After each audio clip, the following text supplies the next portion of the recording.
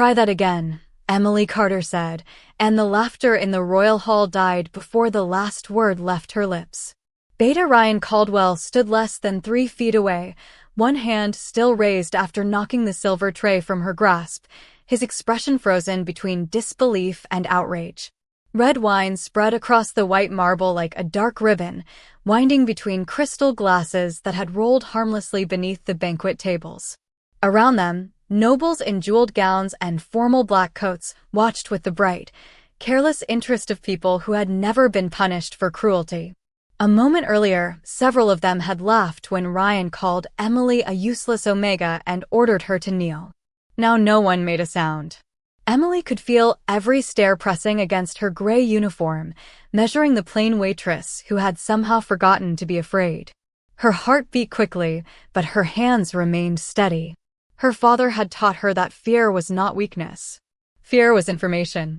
It told you when to move, when to wait, and when standing still would cost more than stepping forward. Ryan's face reddened. "You think a servant can challenge me?" he asked. Emily tasted the metallic edge of anxiety at the back of her throat, but her voice stayed calm. "I think no title gives you permission to humiliate someone." A few guests looked away. Others leaned closer. Ryan took one sharp step toward her and reached for her wrist. Emily moved only once. She shifted her weight, guided his arm past her shoulder, and turned with the momentum he had created. The movement was so smooth that, for one suspended second, Ryan seemed confused by the empty space where she had been. Then he lost his balance and dropped to one knee beside the fallen tray, unhurt but stripped of every ounce of dignity he had tried to take from her. Silence swept through the hall. Emily released him immediately and stepped back. She did not smile. She did not mock him. "I asked you to stop," she said. Something small and silver slipped from the inside of Ryan's coat and spun across the marble. It passed beneath a table, flashed in the candlelight, and came to rest against a polished black boot at the edge of the gathering. Emily's breath caught. The boot belonged to a tall man dressed in the dark formal uniform of the crown, his shoulders straight, his face unreadable. When he bent and lifted the object, the hall seemed to narrow around him. It was a silver ring engraved with a crescent moon crossed by a sword. Emily knew that mark. She had seen it every day of her childhood on her father's hand, before his name had been condemned and his belongings had vanished into the royal archives. The stranger raised his gaze to Ryan, and his eyes gleamed like winter steel. One by one, the nobles lowered their heads. Emily understood a heartbeat too late. The man holding her father's ring was not a guard. He was Nathan Blackwood, the Alpha King. And he had witnessed everything. 6 hours earlier, Emily Carter had been standing in the palace kitchen with both hands wrapped around a chipped white mug, trying to convince herself that the strange unease in her chest was only nerves. The winter moon banquet always changed the rhythm of Silvercrest Palace. By sunrise, the corridors had filled with florists, tailors, guards, musicians, and servants carrying enough silverware to cover a city block. Every polished surface reflected someone important. Emily preferred the kitchen, where steam softened the hard edges of the room and no one cared whether an omega lowered her eyes quickly enough. She set the mug aside when Jacob Brooks slipped through the pantry door. The 16-year-old kitchen helper held one hand against his chest, his face pale beneath a scattering of freckles. "What happened?" Emily asked. "Nothing," he answered too quickly. She guided him toward an empty stool and noticed the torn cuff of his uniform. Jacob avoided her eyes. "Mr. Caldwell saw me near the west corridor. He thought I was listening." Emily reached for the small tin of bandages she kept beside the flour bins. Her movements were careful and familiar as she wrapped the scrape across his palm. She had learned long ago that gentleness often made frightened people tell the truth. "Were you listening?" she asked. Jacob swallowed. "Not on purpose." From inside his coat, he removed a folded page. The paper looked official, with a royal seal pressed into dark blue wax. Names covered it in narrow columns. Beside each name was an age, a pack, and a date. Emily recognized 3 of them. Young Omega women who had supposedly left Silvercrest for better work in the Northern Territories. No letters had ever returned. "Where did you find this?" she whispered. "It fell from Beta Caldwell's ledger." Jacob looked toward the kitchen doors. He was meeting two men near the supply entrance. They said the next transport leaves before dawn. Emily read the page again. At the bottom sat a familiar signature. Ryan Caldwell. Beneath it was the crescent moon crossed by a sword, the symbol of the moon guard. Her fingers tightened around the paper. The mark had belonged to her father's unit before he was accused of betraying the crown. William Carter had carried that symbol on a silver ring until the night the royal court took everything from him, including his name. Emily pulled her right glove higher, hiding the faint matching crest on her wrist. Her father had taught her to defend herself, but his final lesson had not been about fighting. Strength is knowing exactly when to stop. She could still hear his voice whenever anger threatened to outrun judgment. Jacob leaned closer. "What do we do?" Emily folded the page and slipped it beneath her apron. "We put this in the king's hands." A shadow crossed the frosted glass of the kitchen door. Heavy footsteps paused outside. Jacob froze. Emily smelled cedar, cold iron, and the expensive cologne worn by one man in the palace. Beta Ryan Caldwell had come looking for what he had lost. The kitchen door opened slowly, and Ryan Caldwell stepped inside with the calm of a man who expected every room to belong to him. Conversation faded at once. Even the cooks lowered their eyes. Ryan wore a dark blue formal coat with silver stitching at the collar, and the royal crest rested over his heart as if loyalty were something that could be sewn onto fabric. His gaze moved across the counters, the steaming pots, and the servants frozen beside their stations. Then it stopped on Emily. "Mr. Caldwell," she said, keeping her voice even. Jacob slid from the stool and reached for a stack of clean plates, pretending he had been working the entire time. Ryan noticed the bandage around the boy's hand. "An accident?" he asked. "A broken jar," Emily replied. Ryan walked closer. The scent of cedar and cold iron grew stronger, but beneath it she caught something sharper. Worry. He was hiding it well, yet not well enough. "A page is missing from my office," he said. "An unimportant inventory sheet. Still, palace records do not belong in the hands of servants." Emily held his gaze for half a second, then lowered it just enough to appear respectful. "I have not been inside your office." It was the truth. Ryan studied her face as though truth itself were an inconvenience. "Of course not." His eyes shifted toward Jacob. "And you?" The boy's fingers tightened around the plates. Emily answered before he could. "He has been in the kitchen since morning." Ryan's expression barely changed, but the air in the room seemed to grow heavier.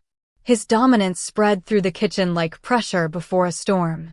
Several servants bent over their work. Emily felt it settle against her shoulders, urging her to become smaller. She breathed slowly and remained standing. That was when Ryan truly looked at her. Not as a waitress. As a problem. "Tonight's banquet concerns the new Omega Protection Decree," he said. "His Majesty intends to end forced labor transfers between packs." Emily thought of the names on the folded page hidden beneath her apron. "That sounds like a just law." "Justice," Ryan replied, "depends on who is trusted to enforce it." A faint smile touched his mouth. He turned toward the head steward. "Miss Carter will serve the royal table tonight." The steward blinked. "Sir, she has never handled the king's service." "Then she will learn." Ryan moved closer until only a few feet separated them. "You will remain where I can see you. You will speak only when spoken to. And you will pour exactly what you are told to pour." His words were quiet, but Jacob heard them. Emily could tell by the sudden stillness behind her. Ryan adjusted one glove, then glanced at the door. "Some servants mistake silence for safety," he said. "They forget that people disappear from palaces as easily as they disappear from small packs." He left without another word. The kitchen slowly began to breathe again, but Emily did not. She reached beneath her apron and touched the folded page. Ryan knew it was missing. Worse, he knew she was protecting the person who had taken it. Jacob whispered, "We cannot get near the king now." Emily looked toward the distant corridor leading to the grand hall, where banners were already being raised for the evening ceremony. "Then we do not wait for the perfect moment," she said. "We create one." By late afternoon, the palace had changed its face. The kitchen doors swung open every few seconds, releasing servants into corridors lined with winter roses, silver lanterns, and banners embroidered with the Blackwood crest. Emily carried a tray of polished glasses toward the grand hall, the folded page still hidden beneath the inner seam of her apron. She had not found a safe path to the king. Every entrance was watched, every message inspected, and Ryan Caldwell had placed one of his men near the servants' staircase.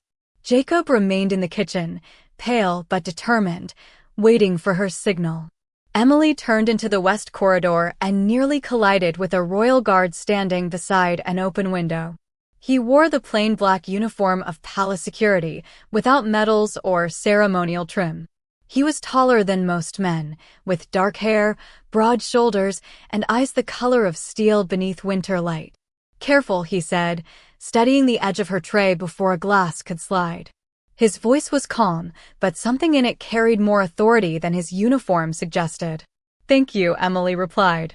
She stepped back, aware of the clean scent of cedar and cold air around him. Her wolf, quiet for years, stirred so suddenly that she almost lost her breath. The guard noticed. His expression remained controlled, though his gaze sharpened. "You are serving the royal table tonight," he said.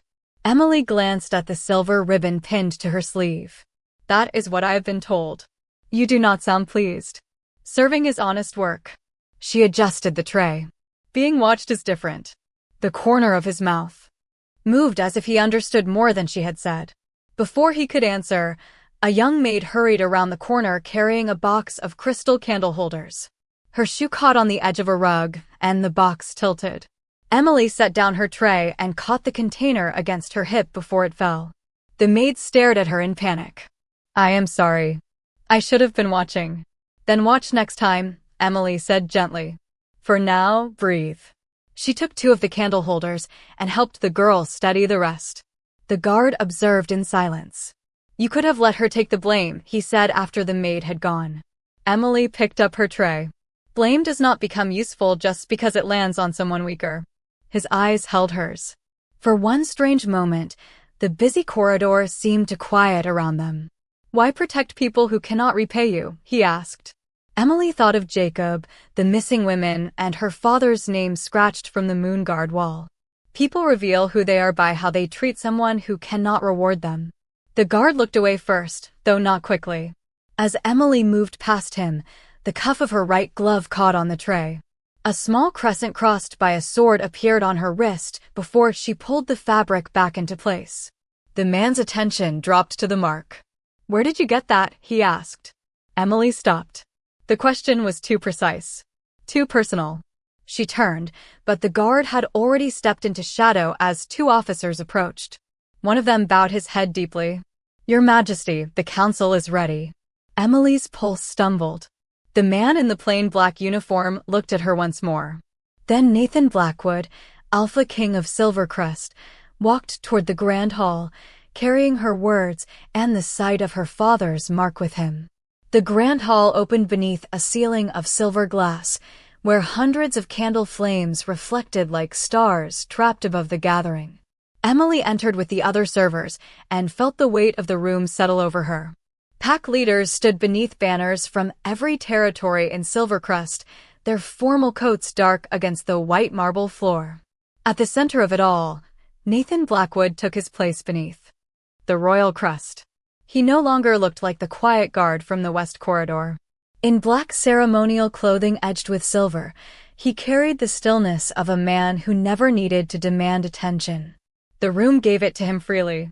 Emily kept her gaze lowered, but she could feel his awareness moving across the hall.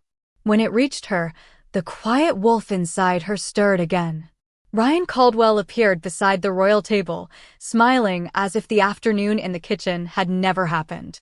"Miss Carter," he said, loud enough for nearby guests to hear. "You will serve His Majesty personally." Emily approached with a tray of wine glasses. The folded page beneath her apron seemed to grow heavier with every step. Nathan watched her without expression, but she remembered the question in the corridor. "Where did you get that mark?" Ryan selected a glass and placed it near the king's hand. His fingers brushed the stem twice, a small signal to one of the servers waiting behind him. Emily noticed. She also saw Jacob standing near the kitchen entrance, his face tight with worry. Before she could move closer to Nathan, Ryan shifted into her path. "The Northern Red," he ordered. Emily reached for the bottle he indicated. The label was correct, but the wax around the cork had been broken and resealed. Her senses caught a faint bitter trace beneath the wine. Not poison. Something else. A sleeping herb strong enough to cloud judgment. She set the bottle down. "This one should be replaced," she said. Ryan's smile hardened. "You were not asked for an opinion." Several guests turned toward them. Emily kept her voice calm. "The seal has been disturbed." Ryan lifted the bottle and examined it with exaggerated patience. "It appears untouched to me." Then he stepped closer and struck the edge of her tray with his elbow. One glass tipped, spilling wine across the front of his formal coat. A ripple of laughter moved through the nearest tables. Ryan stared down at the stain as though Emily had challenged the crown itself. "Clumsy," he said. "Careless. Perhaps dishonest as well." He looked toward the guards. "Search her." Emily stepped back. No, the single word traveled farther than she expected. Ryan's face changed. "You refuse a royal order?" "I refuse to be handled in front of a room full of strangers when I have done nothing wrong." The laughter faded. Nathan remained seated, but his attention sharpened. Emily understood then that he was watching more than her. He was watching Ryan. Ryan reached toward the pocket of her apron. Emily moved away before he could touch it. "You are hiding something," he said. "I am protecting something," she replied. His eyes flashed with recognition. He knew. Around them, the hall had gone silent. Ryan lifted one hand, not yet touching her, but using the gesture as a threat meant to force obedience. Emily slowly removed the glove from her right hand. The crescent moon crossed by a sword appeared on her wrist. Nathan rose from his chair. Ryan stopped breathing. Nathan's chair moved back with a quiet scrape that silenced the last whisper in the hall. His eyes rested on the mark at Emily's wrist, then shifted to Ryan with a coldness that made even the nearest alpha step away. "Explain," he said. Ryan recovered quickly, but not completely. Emily could smell the fear beneath his cologne now, sharp and bitter. "Your Majesty, she is using an old military symbol to create sympathy. Anyone could copy it." Emily held her hand steady. "Not this one." She turned her wrist so the candlelight touched the faint silver lines beneath the crest. The moon guard mark was sealed with binding ink. It could not be copied without the original oath. A murmur moved through the room. Ryan's expression hardened. "Enough." He reached for the folded page hidden beneath her apron. Emily stepped away. "Do not touch me." The warning was calm, but it carried farther than a shout. Ryan seemed to notice every watching face at once. The nobles who had laughed were now waiting to see whether the king's beta could force a waitress into submission. Pride made the decision for him. He moved toward her, fast and certain, expecting fear to hold her still. Emily remembered her father's voice. "Do not fight strength. Redirect it." Ryan reached for her arm. She turned slightly, guided his wrist past her shoulder, and shifted her weight. The movement was small, almost graceful. Ryan's own momentum carried him forward until one knee met the marble beside the fallen tray. Nothing broke. No one was harmed. Yet the most powerful beta in Silvercrest was suddenly looking up at a servant who had never raised her voice. The hall went completely silent. Emily released him at once and stepped back. "I asked you to stop." Something slipped from the inner pocket of Ryan's coat. A silver ring spun across the floor, circling once before coming to rest at Nathan's feet. Emily knew it before he bent to pick it up. The crescent moon. The cross sword. The narrow scratch along the lower edge where she had dropped it as a child and cried because she thought her father would be angry. William Carter had only laughed and told her that honorable things did not become worthless because they carried a scar. Emily forgot the room for one breath. "That belonged to my father." Ryan rose slowly. It was taken into royal custody after his conviction. Nathan turned the ring between his fingers. His face revealed nothing, but his voice changed. "Royal custody is beneath the East Archive." You have no authority there. Ryan looked toward the guards. She attacked an officer of the crown. Arrest her. No one moved. Nathan lifted his gaze. No one leaves this hall. The doors closed under royal command. Ryan's composure finally cracked. His wolf surged beneath his skin, not into a full shift, but enough to fill the room with a wave of dominance. Several servants gripped the tables for balance. Emily felt the pressure push against her chest. This time, something inside her answered. Not rage. Stillness. The frightened noise in the room faded beneath a deep, steady calm that seemed to rise from her bones. Ryan stared at her as his command failed to bend her. Nathan stared too, but with recognition rather than fear. Emily reached beneath her apron and removed the folded page. These names belong to missing Omegas, she said. His signature is at the bottom. Ryan's eyes locked on the paper. In that instant, Emily understood why he had risked everything in front of the king. The ring was evidence from the past. The list was evidence of what he was still doing. And now both were in the same room. Ryan moved before anyone could speak, his hand reaching for the list with the desperation of a man watching his carefully built world collapse. Nathan stepped between them. He did not raise his voice. He did not need to. Stand down. The command rolled through the hall with the weight of winter thunder. Ryan stopped, but the wild pressure of his dominance continued to spread. Servants lowered their eyes. Several guests gripped the backs of their chairs.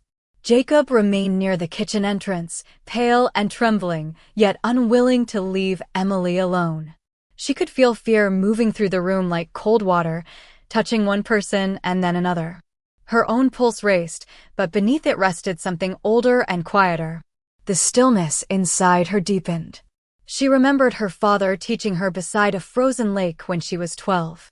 The strongest surface was not the one that fought every stone thrown at it. It was the one that absorbed the impact and became calm again. Emily breathed in slowly. The silver mark on her wrist warmed. The pressure around the room softened. One servant straightened. Then another. Ryan stared at her as if she had taken something from him. What are you? He asked. Emily looked at the frightened faces surrounding them. Someone who is tired of watching fear used as a leash. Nathan turned toward her. The instant their eyes met, the hall seemed to fall away. A scent like cedar, snow, and distant pine wrapped around her senses. Her wolf rose fully for the first time in years, not with anger, but with recognition. Nathan's eyes brightened to silver. His breath caught. Every wolf in the room felt the shift between them. Ryan felt it too. No, he whispered. The word carried more fear than any command he had given. Nathan stepped closer to Emily, but he did not touch her without permission. The mark on your wrist, he said quietly. Your resistance to dominance. Your calm. You carry Stillwater blood. Emily had heard the name only once, spoken by her father as though it belonged to a forgotten prayer. Before she could answer, Jacob pushed through the line of servants. His hands shook around. A thick leather ledger. Your Majesty, he said, his voice breaking. She is telling the truth. Ryan turned on him. You stole royal property.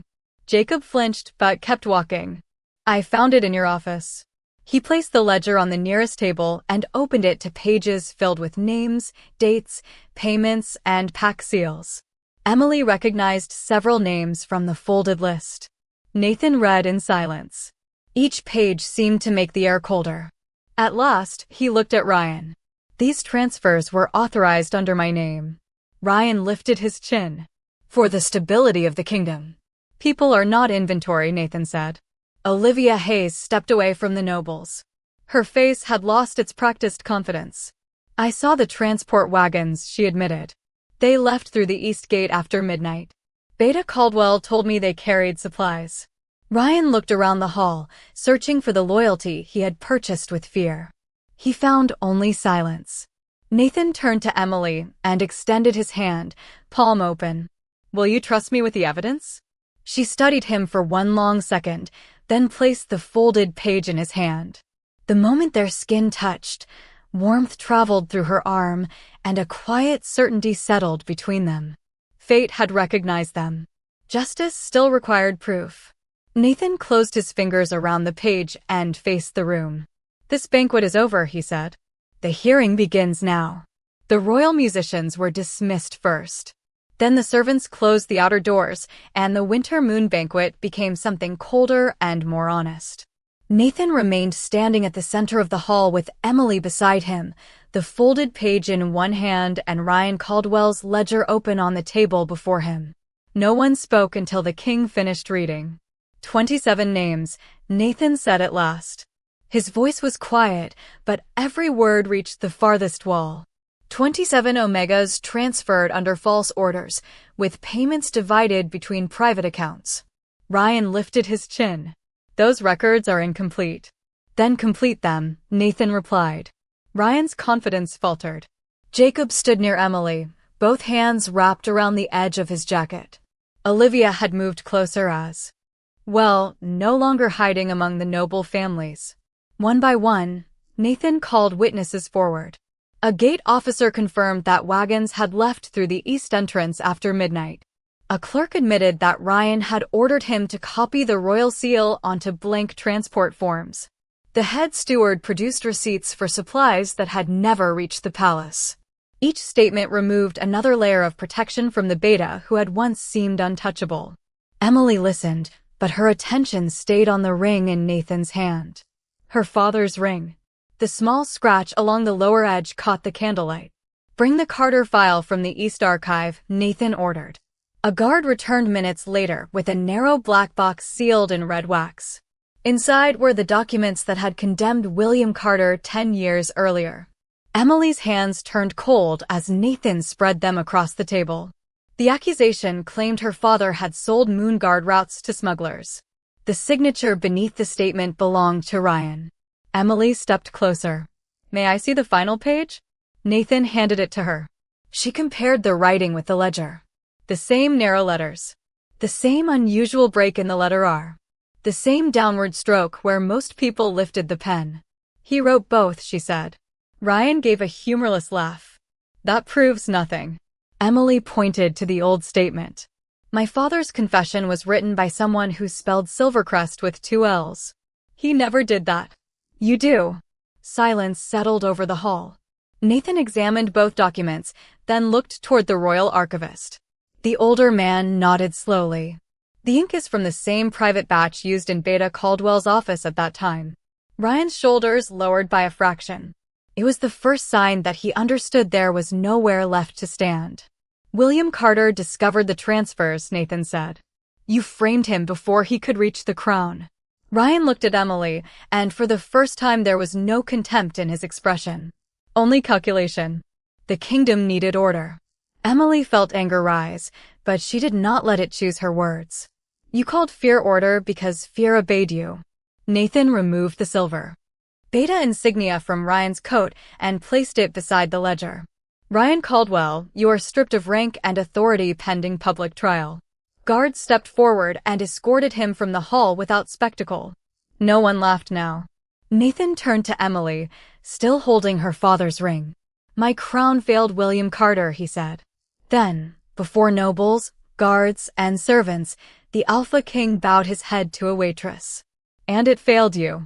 Emily looked at the open ledger, at Jacob's pale face, and at the list of women who might still be waiting for help. "Then correct it," she said. "Clear my father's name later. Find them first." Nathan raised his gaze. Something in his expression softened, not with pity, but with respect. "The Moonguard leaves within the hour." For the first time that night, Emily allowed herself to breathe. Justice had not arrived as thunder. It had arrived as names spoken aloud, records opened, and a king willing to admit where he had been wrong.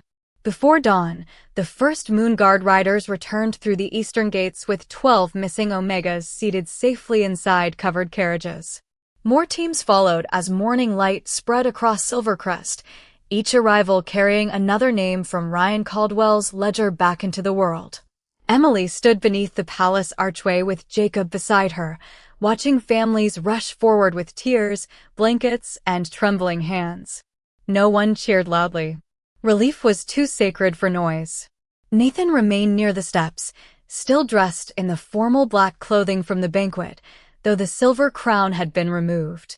He spoke with every rescued woman, promised shelter to those without homes, and ordered independent investigators to visit every territory named in the records.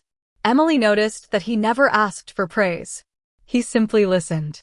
When the final carriage arrived, a young Omega stepped down and pressed William Carter's old Moon Guard insignia into Emily's palm. "Your father gave this to my mother years ago," she said. "He told her to keep it until someone honest came looking." Emily closed her fingers around the worn silver. For 10 years, she had carried her father's disgrace like a stone inside her chest. Now the weight began to change. Not disappear. Change. By mid-morning, the royal archivist read a new declaration in the Grand Hall. William Carter's conviction was formally overturned. His name was restored to the Moon Guard Memorial, and every false charge against him was removed from the royal record. Emily stood before the wall as a craftsman returned the missing letters to the stone. Nathan approached quietly and offered her father's ring. "This belongs with you," he said. Emily accepted it, but she did not put it on. A restored name does not repair every life that was damaged. "I know." Nathan's honesty carried no defense. "Then what will you do?" she asked. "Change the system that allowed one trusted man to hide behind my authority." He met her gaze.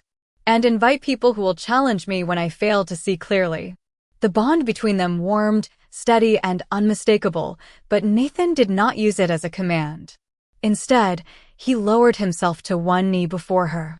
Servants, guards, and nobles watched from across the hall. "Fate may have recognized you," he said, "but fate does not own your choice. I am asking whether you will stand beside me while I earn your trust." Emily looked at the man, not the crown. She remembered the guard in the West Corridor who had listened before revealing his name. She remembered the king who had admitted his failure before the entire court. Then she looked at the people gathered around them, including those who had once laughed because cruelty had seemed safer than courage. "I will not trade one master for another," she said. Nathan's expression remained calm. "Then do not obey me." He offered his hand. "Question me. Correct me. Walk beside me by choice." Emily placed her hand in his. Warmth moved through the bond, gentle as sunlight crossing winter glass. Around them, heads lowered, but she no longer felt invisible beneath their attention. She had not reached this moment because a king had rescued her. She had reached it because she protected a frightened boy, guarded the truth, refused humiliation, and stopped when revenge would have been easier. Nathan rose beside her. Emily slipped her father's ring onto her finger and faced the hall. "Then begin by giving every servant in this palace the right to report abuse without fear."